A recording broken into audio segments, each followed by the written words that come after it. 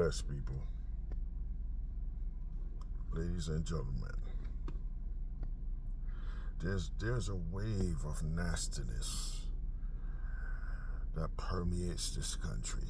It's a nastiness that is not new to us black people, okay? And I keep telling folks, the more they beat us down, the more you pray for them. The book says by doing that, you're stacking coals of fire on their heads. So you see this Rich Lowry situation. I don't know who Rich Lowry is. Don't care what his educational background is. But I know what I heard. Okay? So he is now trying to be lucid about his explanation. And it's not even being lucid. He's trying to say he didn't say that word. I don't know if it's incompetence, but he's saying he didn't use that word. So he's claiming dyslexia while speaking. That's a far stretch, folks. Now, let's give him the benefit of the doubt that he misspoke. He should have just went and said, I misspoke. Because he deals with a lot of topics. All he could have said, I misspoke. No. He buckled down.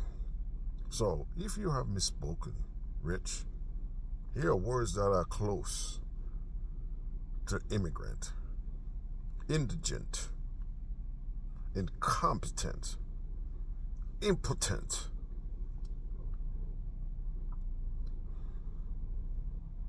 Nigger is nowhere close immigrant, Rich. Your explanation, you try to be lucid about it, but all it does is apply the Doppler effect to it, and it echoes and reverberate in time like it should. So this nastiness that comes out of the Republican Party is complete nastiness. You can't point to a Democratic official who does these nasties in public or private. They probably do it in private, I should say, but in public it's not there. You guys are just plain nasty. Okay? So if you had choose the right word and be honest and represent your point honestly, the right word to be used to describe those Haitians in Ohio is refugees, because they went through the system and they were given status to be in this country, legal status. But you see, that type of scenario doesn't fit what you're trying to portray. So you go to your lunkhead people who listen to you and you apply the term immigrant. Yes, they're immigrants, but your lunkhead public don't know that they were legally put there. So to be concise, you should have never used the word immigrant. You should have used the word refugee. You should have never used the word immigrant. The word is refugee. Donald Trump did it too. The word is refugee. Trying to demote all of these things, the status of these people. This is what comes out of the Republican Party. Like immigration is something new. Barack Obama deported over 1 million people. You guys don't talk about that. More than any of the last 3 Republican presidents. You don't talk about that. No, immigration is a Democratic problem.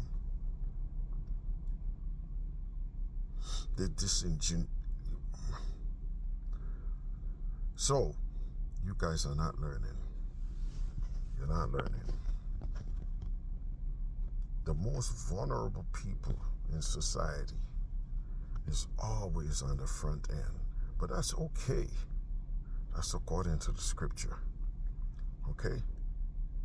I bet you would never ever go use the derogatory words on the air describing the so-called Jews. You would never do that because you know where power lies. And that's opposite to what the scripture says. Because when I read, the seed of Jacob should have no power. You know, like what's happening to us black people. Look at P. Diddy. He thought he had power. He's just a rich N-word.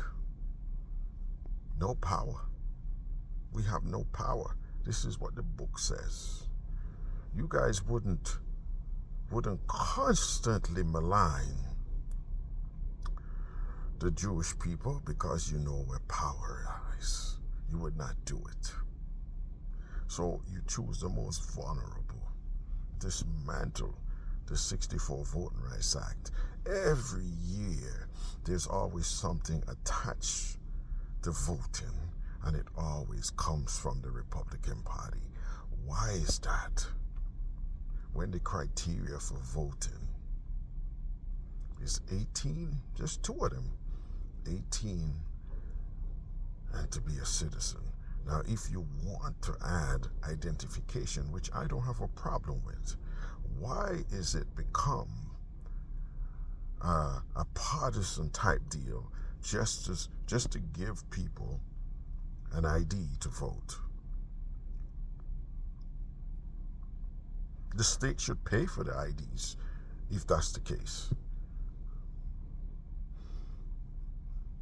Ensuring full participation in one of our rights. But you see, that's not what you guys are after. You're after to defranchise, malign, and do all of these things. Then if you do that, you're no different than Vladimir Putin. You're no different than the mullahs in Iran. You're no different than Maduro. Don't point fingers because you're denying legal citizens the right to vote in this country with your shenanigans. Look what Paxton is doing. How could he escape with that around election time now? But yet Donald Trump sentencing would be delayed because this judge doesn't want to appear to be partisan.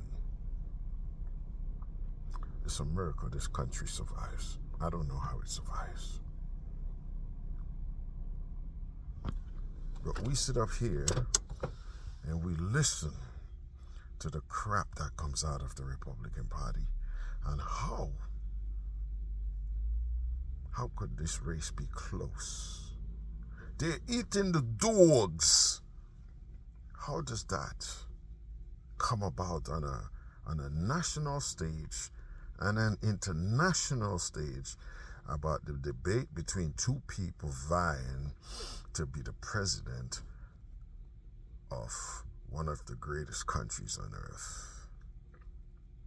When these words come out of a future president's mouth and the rest of the world see that, what would they think? What would they think? And how could you, Americans, talking about your Christian nation, sit around and vote for a man, vote for a party who does this? Jesus came and he dealt 99.9% of the time with the lesser among us. Okay? So in his footsteps, the criteria is that the greatest among you shall be the servant.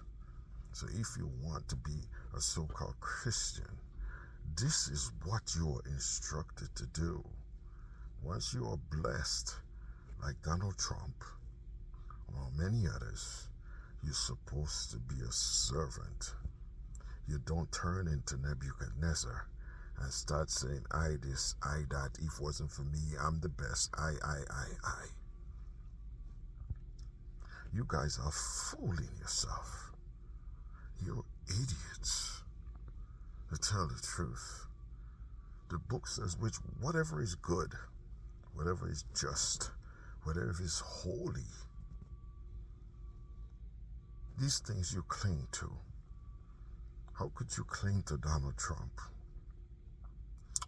Accusing people of eating dogs and cats for political aspirations.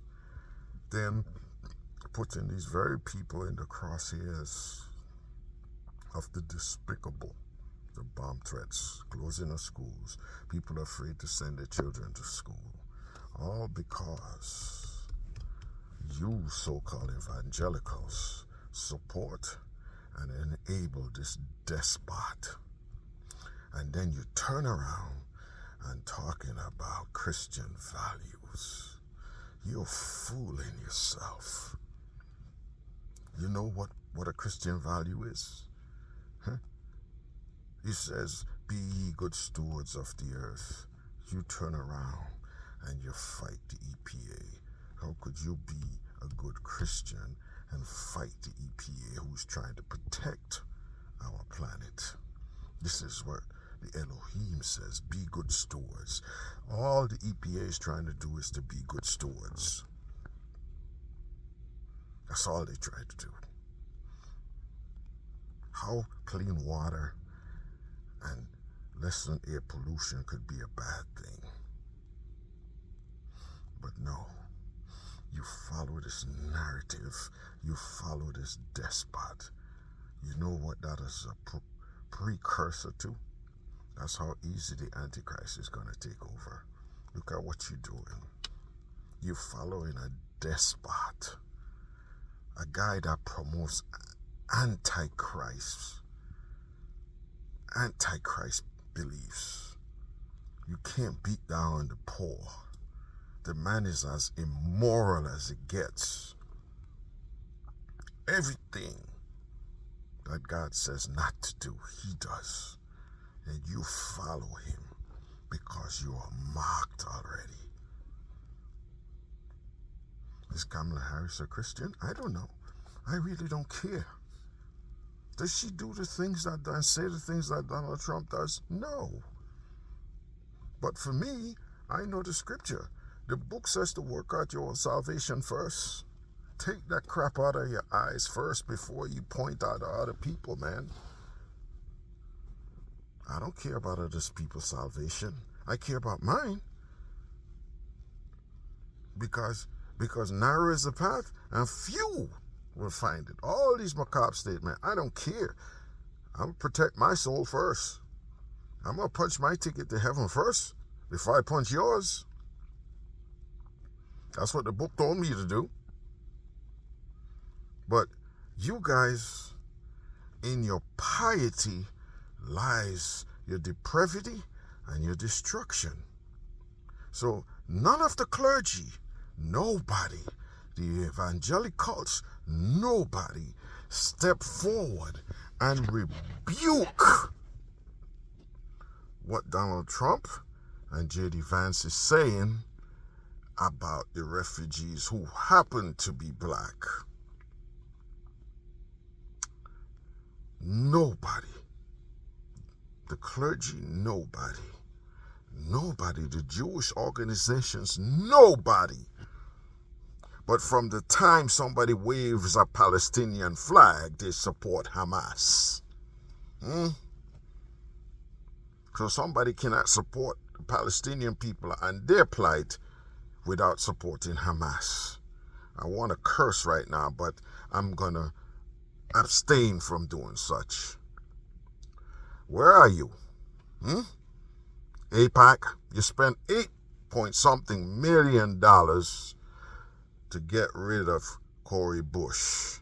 All because you disagree in how this war is being pursued in in Gaza, and she is right. She's a member of Congress. She has the purse strings. She disagreed.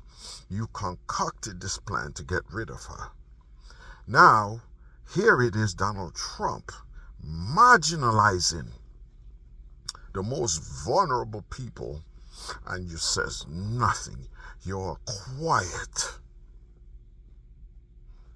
How could you expect me, a man of reason, to support your plight when you refuse to support anybody else's? Your organization is irrelevant to me. The Nazi rhetoric that comes out of Donald Trump's mouth, the Nazi rhetoric that comes out of the Republican Party, how could you, as a Jew, vote for the Republicans when they're using the same rhetoric that caused people to be torched in an oven? It's the same rhetoric. Hispanics are poisoning the blood of America. Jews have lice. Haitians eat cats. Jews spread typhoid. The HIV cases have gone up since these people moved to Ohio. All of these things is the same thing the Nazis used to desensitize their people. Okay? So the desensitization is working because bomb threats are coming in. They're making people afraid. Same thing. I could imagine the horror of those families hiding in basements. I could imagine. I could imagine the horror of those families seeing their businesses being destroyed. And you, AIPAC, you, all of your Jewish organizations, you are silent in the plight of the Haitian people. You, the clergy, you are silent. You, the evangelicals, are silent. Would Jesus be silent when the lesser among us are being abused? Suffer the children to come unto me. You remember that? They were the lesser ones. Disciples chased them away and got rebuked. You could rebuke Donald Trump and keep your conservative values. Okay? But you refuse to. That makes you culpable in his behavior. For this reason, you are marked. It'll be easy for the Antichrist to take over because of individuals like you. You refuse to stand up for what's right. You become a lover of yourself. Like Solomon said, it's all vanity of vanities. How is Donald Trump running neck to neck in this country of Christians' belief? How is he spouting Nazi language, I should say, stirring up racial dissent? Is that what a child of God will do? You guys are fooling yourself, man. You're idiots. It's just like you are pell-mell with this abortion issue in this country, yet we send billions of dollars to Israel, and look what they're decimating.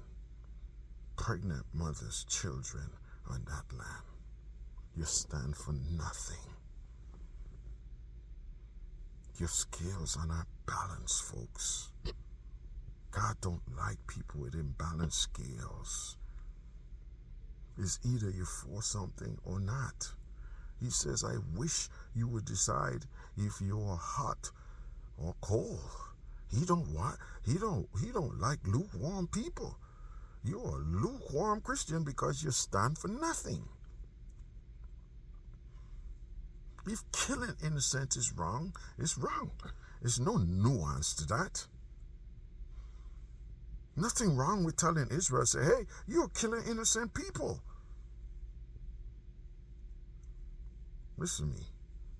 You guys are clowns, okay? I keep saying this. Read the scripture.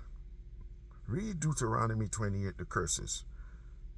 The book says that the seed of Jacob will be last, would always be the tail.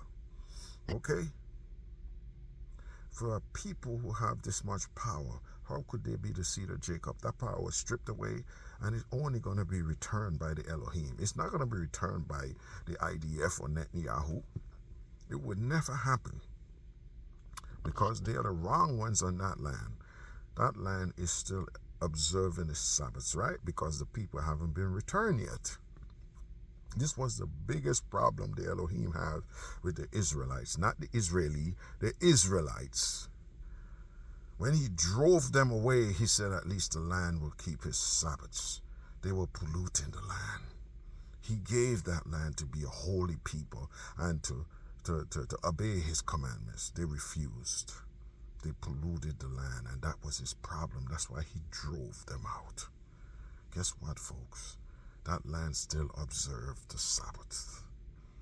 That moss is there for a reason.